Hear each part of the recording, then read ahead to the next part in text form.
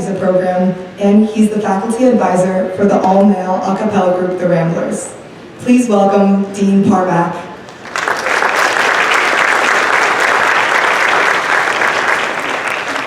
Good morning, everyone. Thank you, Shannon. I'm going to come down here like I'm in a circus tent. It's great to see you live. Real faces in front of me. What a delight. What I'd like to do this morning, simple but I think important. First, give you a general sense of what the core curriculum is about. 2, what it actually means at a practical level. And third, to give you... Do you hear me now? Okay.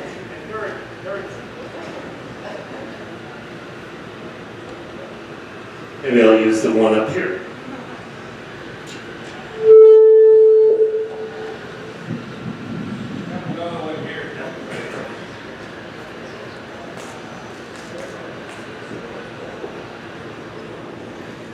Thank you. And third, to explain why it matters at all. Why?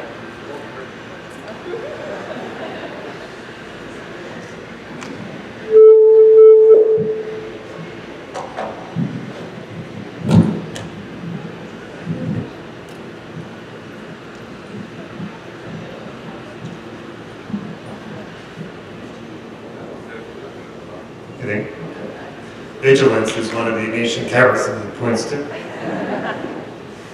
And third, why it matters at all. In all seriousness, why we have such a rich history of the core curriculum. So just to give you a rundown, think of the core, right? Those of you who studied Spanish and Latin, it's the heart or the center of your education. And there's a reason why we call it that. It should really not only involve your studies, but animate your soul. So St. Ignatius of Loyola was the founder of the Jesuits. He would quite often refer to good Jesuit education as soul education, S-O-U-L. So I'm sure you've heard this numerous times already, and guess what? You'll hear it many, many more times. We are concentrated on education that cares for the whole person, intellectually, ethically, and socially responsible. The way I like to explain it to my students is we make sure that you use your head, your heart, and your hands. Intellectually, to challenge you, to really try to crystallize your analytic reasoning skills, to argue, not for argument's sake, but for passionate good reason. To start believing in something so you don't fall for anything. To have some sense of conviction in what you believe and what you speak about. And then equally important, use your hands, get out there in the world and affect change. So in many ways, we are very much trying to mirror this head, heart, and hands approach in your core curriculum studies here. So again, the center, the heart of your studies. Whether intending bio pre-med, philosophy, or undecided in between. There's a common core that really tries to establish and reinforce the value of the liberal arts. So think about it. A future employer, she can teach you the technical aspects of the job, the operating systems, how to deal with clients. You're smart, you get up early, you stay up late, you'll get the job done. But this employer, she cannot teach you how to think critically, how to defend and develop a reasonable argument. And equally important, how to sift out the nonsense in someone else's argument. In all seriousness, that's what a good practical Jesuit education can do for you. It doesn't necessarily mean you need to change your whole personality. I have students in my classes who are very outspoken, perhaps too much. There are other students who are very shy and reticent about sharing their views. My hope is that there's a common discourse for both. That the student who's a little shy feels a little more encouraged but supported, and to practice articulating his or her views in front of others. To support what she claims is in fact her belief system. And it's my hope too that the student who maybe talks a little too much and listens not as much, to sit back and be a little more mindful to see how his belief system is situated among those of others that are there, including ones that are dead that we're reading in a book, perhaps too.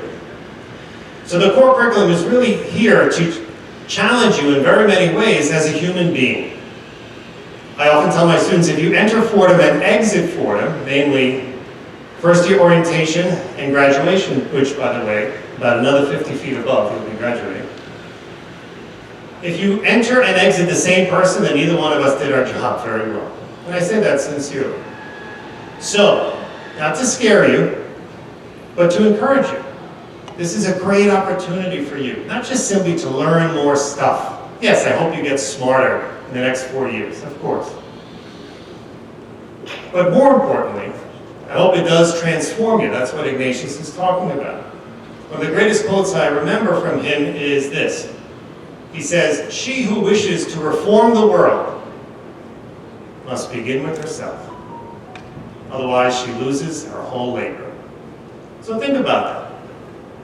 We're here to have you be transformed, to challenge yourself, to do a little self-inventory. Not for the purpose of knocking you down or berating you, but to help build you up. To recognize that, you know what? I'm a little shy in class, so this first semester I'm going to make a promise to myself to do what Dean Parmack says, the 1 out of 3 rule. For every 3 thoughts that I have, I'm going to raise my hand and try to share one. Right? So some practical tips to get you perhaps out of your comfort zone and feel a little more at ease with your ideas.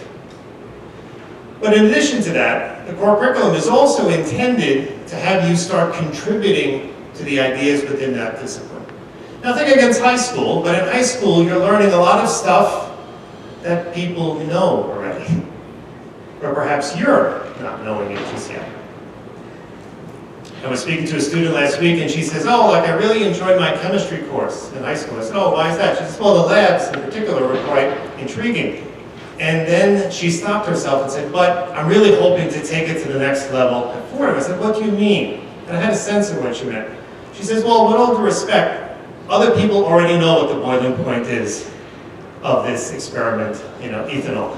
I don't, but it's in a book, so I'm making sure that I'm following the rules." She says, "My hope now is that I'm coming to college, not just simply reaffirming what other scientists already know, but rather to contribute in a way that I'm working with my professor on perhaps a scholarly research article, in a presentation. I'm actually doing chemistry with him or her besides me." Right? That's the idea behind what the core curriculum is trying to do. So it's not intended to be 13th grade, and it's not intended to simply be a review of what you've already learned and thought about in high school. So recognize this, right? You'll take a course called Philosophy of Human Nature. A course that gets you to not only see what other thinkers throughout the millennia have thought about existence, love, and other important things that you and I cherish every day, but in addition to that, to see where your ideas contribute in 2021 in New York in this global environment. Ways in which you see that you're not simply regurgitating information, but you're challenging it and disagreeing with people, even if in fact they wrote many books. Individuals in particular who really get you to see what your thinking is all about. So Ignatius always talks about this idea of self-assessment or self-evaluation. Not to knock you down, not to berate you, but to build you up. You ever notice that? Quite often, no matter where you go in the world today, people are constantly asking you for a quick evaluation or assessment. Right? Even in Wendy's, you could be there for 36 seconds. I want to know how your experience was with the chicken sandwich. Okay, it was pretty good, I guess. I don't know. Right? You hear from your physicians. They ask you how the experience was. If you're staying in a hospital. If you're working with a social worker on a case. The cable installation. Everybody wants to know your evaluation and assessment of your experience. Well, I'm going to give you another one here. Ignatius hopes for you to spend a few minutes every day doing a little self-evaluation and assessment. What do I really want to work on? So it's our hope that within your core curriculum, you have a lot of those touch points throughout the day. So you're taking a course, and you recognize, wow, not only did I learn something new today, but it intellectually bothered me, and perhaps even ethically found you conflicted. Good. That's the reason why you have a long lunch to talk to your friends. That's why you should go see your professors during office hours. Perhaps that's why you should retailor the assignment in consultation with your professor to write a paper now that you care about, rather than just simply responding to some prompt. See where I'm going here? All right, so try to see the core curriculum as a great opportunity for you in many ways as well. So I'll mention a few different areas of study that you'll get exposed to here. I mentioned philosophy already. Second one is theology. And it's not a course in catechetics or religious practices, but rather the academic discipline of pitting against each other meaningfully faith and reason. So I'm going to do a quick little experiment with you right now. If I had to ask you, what are the most important things in your lives? No pressure like that. What are the most important things in your lives? Might you give me one?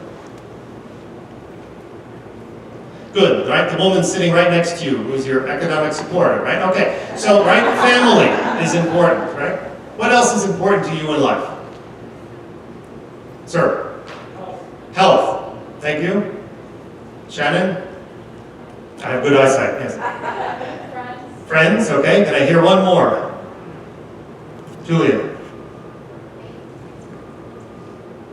Sorry? Someone said faith? We'll take that. Okay, we'll accept that. Okay. That's okay. Okay, no problem. Oh, okay, same thing. Thank you. Faith? Education, okay? Have you noticed that these are things that quite often don't always exist in the physical world, right? They're not things that I can show you like a piece of paper in front of you, right? But nonetheless, there are things that you spend time, energy, money, and perhaps a little heartache over too. Things that are meaningful to you because they're metaphysical. In other words, they go beyond just that of the physical, empirical world. So I offer you this little exercise for yourself tonight. Make a quick list of really the important stuff in your life. I would venture to say very few items on the list, if at all, are really just physical, material things. So it's our hope that within your core curriculum, you see that you add a lot to the list of metaphysical values that's there. So you develop friendships, many of which will extend for your whole life. I just texted my college roommate this morning to say, oh, I'm giving a talk for the first year students, and he made the same bad joke that he does every year when I text him about it. Right, but you build relationships with people, right, that force you not only to get out of your comfort zone, as Dean Rogers mentioned earlier, but it really transforms you as a person in terms of your moral character. A couple of weeks ago, we had a number of ceremonies here, many ceremonies for graduation, 15. And the greatest thing about them was simply that students are reconnecting with one another. We also had a number of them for the class of 2020 that we were unable to have last year. And hands down, what I constantly heard from students and parents was, wow, this is the Fordham connection, that family that's there. So it's not something that's just nice in the literature or in the guidebooks. But rather, this is an opportunity for you to really see how your education spills into your life. So class size is not like this. It's small. Okay? This fall, I'm teaching a philosophy course in Manresa with 19 students max. So we know who you are. We know who you are. But there's also a great opportunity for you to encourage yourself to participate. So we learn together. There's a sense of joint and shared ownership in many ways. So take advantage of that. Meet your friends. Share information. Go for study groups. Go to tutoring. See your professor, even if you're doing fine in the course. Extend yourself to really delve deep in this core, in this center, in this heart of the university in which you're doing. See the courses, again, not simply as requirements to check off a laundry list. What a shame if you do. But rather, opportunities for you to dig deeper, to ask those questions, to explore. Because you know what? Regardless of your major, whatever you wind up doing in your life, professionally and personally, don't you want to be that person who is smart, intelligent, creative, humane, ethical, and fun too? Right? The full gamut of the human experience. That's why we call it the humanities. That's why we call them the liberal arts. They're supposed to free you to be who you are. Ignatius was all about this. Okay?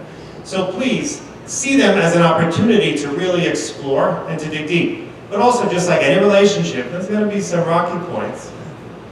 There are going to be some courses that perhaps are challenging you a little too much on a Wednesday than your preference. Perhaps a course that seems impossible. My advice is avoid the temptation to whine or go on about that, and divert the energy rather into exploring what in fact could be the case. I want to spend a few minutes now just discussing why this matters on a practical level. I mentioned I would do this. So, I have a number of students throughout the years. I've been at Fordham for 22 years. My newest bad dean joke is I've been here longer than you've been alive. So, a number of great students have come through over the years. Right? But I'll tell you one quick story, and I won't mention her name to embarrass her. She's here today. A student that was doing well first year, doing well second year, but she recognized, you know what, I want to have a little more experience speaking in front of a crowd. So guess what? We developed a one-on-one tutorial last semester in which I tried to help her feel a little more confident, but in all seriousness, I didn't do much. I simply was the guy who told her where to go, that she was a little nervous of where to go in terms of her voice, in terms of the topics, in terms of her comfortability with an audience. And I say this not to boast, but I say this rather to give you that sense that it came from the student. She says, you know what? The more and more I'm going to my classes and doing well, and she's involved in loads of activities and events on campus as a student leader. But she says, you know what? I want to better prepare myself as a speaker. Because she has a lot of great ideas in her head and in her heart that she found she was not articulating well in front of an audience. Well, guess what? It's not by accident that she's doing better in an internship because of it. It's not by accident that she's a leader in front of students and parents as well. It's not by accident that she feels more comfortable in her own set of shoes because she is articulating something that matters to her and trying to make it infectious to an audience as well. Another student that was always interested in scientific research. So she connected with a professor that she get on with very well. And she says, Professor, might I tag along to that conference you're going to? She says, yeah, not only that, but I can have you work it too. Right? We're smart. So there reaches a point here where the two of them are working together. And she recognizes, wow, this one area of that discipline is what really matters to her in terms of social justice. She always saw them as mutually exclusive things, either being involved in biology or doing social justice. Well, guess what? Now she's working on an integrative academic internship and project in which she's using principles of biological study on a governmental case to improve poverty. So there's an opportunity of great intersection. So I want you to also think about the core curriculum as an opportunity to have that meaningful intersection. And even if it's a little messy, guess what? That's what life is. So at times, guess what? She has to do her science hat work. She also has to speak with people who, guess what, don't always agree with her. She's plagued by the reality of lack of funding for some event. She has to do a little PR, a little marketing. She's got to, get on her Instagram savvy too, sense. She has to do a lot of different things in addition to doing science. But what a great opportunity for her to explore who she is. Guess what? She's involved not only in doing well in her major, but a lot of companies are already asking her to interview for them. What a nice reverse that is. Again, not an extraordinary case. We have loads of students that are in this situation, but they took that initiative. They helped us help them. They cultivated this experience in many ways.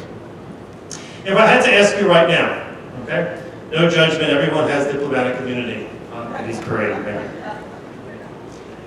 What are the things that you've heard about college academic life? Whether true or not, whether the biggest stereotype or worst 90s movie, what are the things, students, you've heard about college academic life? I can see a few hands.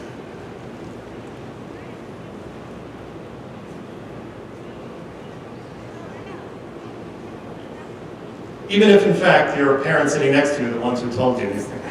Yes? That you just have to find a balance between everything. Okay, that finding a balance is important. This kind of sense of too much study, too much non-study doesn't equal a good experience. Okay, so a sense of balance, thank you. Yes, sir? Sorry? Long nights? Okay, thank you for qualifying that. He says long nights, like studying. Okay, thank you. Other things too? Good distinction, Jake, thank you. Other things you've heard about academic life? Yes? It's more relaxed than high school. It's more relaxed than high school, okay? Perhaps in the sense of the schedule, perhaps in the sense of people on top of you of what's going on, right? You don't have detention here? Yes. Well, we do, but it's called something else. Okay. Can I hear one or two more? Yes. Say it again, please. Okay, thank you, right? Don't procrastinate with assignments. So perhaps you might have something that's due, but it's due in 3 weeks from now. But guess what? The night before, ouch, it hurts to start the assignment then. Can I hear one last one? Yes? Delving deep into subjects you actually care about. Okay? This is a perfect segue. What's your name? Alexander, thank you. This is where I'm going next. Have you noticed that we're in the world of everybody has passions? You know, to the point where, okay, like, I don't know if my passion is vanilla ice cream. I like it, but I'm not sure I'm going to quit my job and start, developing a new flavor of vanilla bean anytime soon. But my point to you is this. Passions without a sense of work ethic, practice, and grit usually don't turn out to be anything more than a superficial kind of puppy love, right? Our hope here is that we start developing you, cultivating you to be that person Alexander is speaking about, someone that not only is smart and does well, but now starts to care about what they're doing.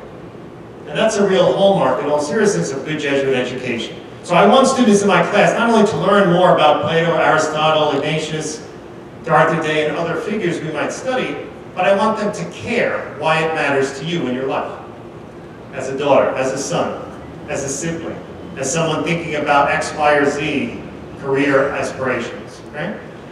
And it's our hope that you find ways to start caring. So my advice is this, on a practical level. Look around, meet people, see what they care about, see what animates them. Right? Ignatius used to do this a lot, and they thought he was strange, and perhaps he was. But he'd meet a lot of people and just start asking these Socratic questions. And they're like, okay, buddy, see you later. But the idea behind it was really authentic. He wanted to really see, wow, Michael, you seem really psyched about X, Y, or Z. And even if I'm not, I want to know what animates why Michael is psyched about A, B, or C. Okay? To find the ways in which you are connected to what you do. So look around, meet people even today, before this whole college experience even formally begins. Look at the student leaders who obviously care what they're doing. Talk to your faculty members. Come the fall semester to see why are they so excited about this field that maybe, let's be honest, you don't see it just yet. Ask those questions. Why are you passionate about this? And you can see that she's not just passionate that she has a quick little fleeting superficial sense of this, but she really deeply cares about this. And she holds her ground and is quite smart about articulating her views. That's what we want to see inculcate with you, okay? So that you leave here a different person. Not in terms of personality necessarily, or your belief system. It's not my intention to change who you are. It's my intention to help you cultivate an environment in which you define and reassert who you are. And guess what? Perhaps along the way, you need to make very many meaningful pivots. That what in fact is important to you does matter. It starts establishing the kind of person that you are in many ways. So now I'll try to spend a few minutes just dispelling some of the stereotypes or rumors. Okay? It's important, absolutely, to have a sense of balance in your studies. For a lot of reasons. In all seriousness, you don't have the same squadron of people that are perhaps every day telling you, did you hand in your homework? You didn't hand in your homework. Why didn't you hand in your homework? Hand in your homework. Give me your homework. Right? This constant sense of that. You're right, that may not exist anymore. So some of that onus does go on you in terms of your own sense of organization and planning, but realize you're not on a desert island, sink or swim alone. You have deans to help you. You have faculty who are committed to help you. There's a reason why the class sizes are small. So that you're not lost in the crowd or in the shuffle, but you're meaningfully linked to human beings. We also have an office for academic success in the dean's office. These are individuals who work with me precisely for the reason of not only helping you, but pushing you when you need a little, perhaps tough love too, in a good way. To hold you accountable with a calendar, because maybe it's not working out very well on your own initially, and that happens a lot with our students. That maybe, Dean, I have a professor who is a lot less rigorous or formal in when things are due. Then I have someone else who's really drill sergeant style. How do I manage both? How do I get a sense of what I call micro deadlines? In other words, things that I need to do for my own sense, even before the formal assignment might be due. So through core advising and the dean's office and my colleagues, we try to help you manage this reality. Things that your parents deal with all day long in their respective areas. When in fact it's not simply on a black and white instruction sheet what to do, but how to manage some of the ambiguity. That's good life experience, not only in a freshman English course. Another thing I'll surface right now is to make sure that you're advocating for when in fact you might be struggling. And I can't tell you how many times every year, pre-pandemic, post, or anything in between, this always happens. A number of students who often feel, well, I did very well in high school. I got it all done. And I'm struggling now, and it hurts inside. I don't really want to tell anyone. I want to be that strong, assertive young adult they kept telling me to be. I don't want to embarrass my family or parents who are sacrificing significant things to have me come here. And I can get it done, because I really believe in myself. All valid and very noble things. But on a practical level, it's not helping you. Don't wait until halfway through the semester to acknowledge that you might be struggling in a course or misunderstanding how to proceed. Take that initiative. So through core advising, we help develop an environment in which you not only recognize resources and support that are there, but we encourage you to ask those questions. Right? We want our faculty to say, okay, Tanya, so let me see that rough draft of the paper that you tell me you're working on and keep shaking your head yes. Let me link you up with a student tutor who took that course last semester and knows what you're perhaps unable to articulate right now about where to go for the assignment.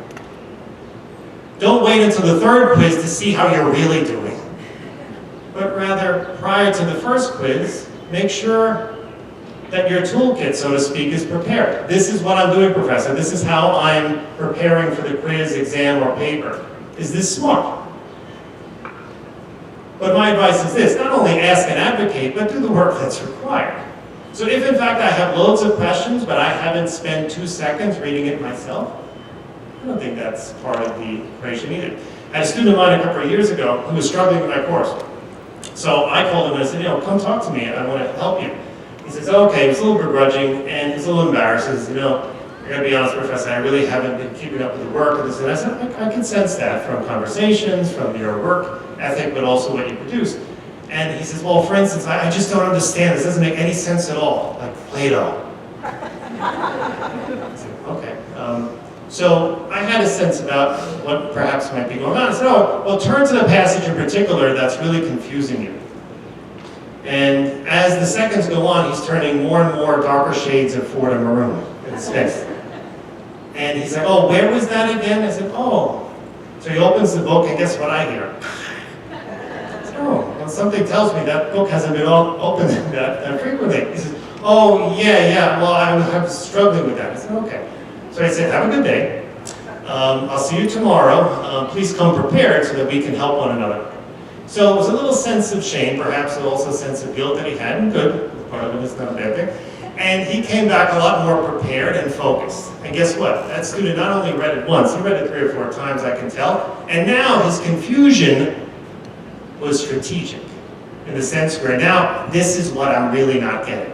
Because he knew other stuff. He reviewed the notes, he went over different things I had shared already. I said, now I can help you. And we spent a couple of hours together. And he's like, wow, this is really helpful. I said, yeah, why? He says, well, because I actually came prepared to the session. I said, yes, bingo.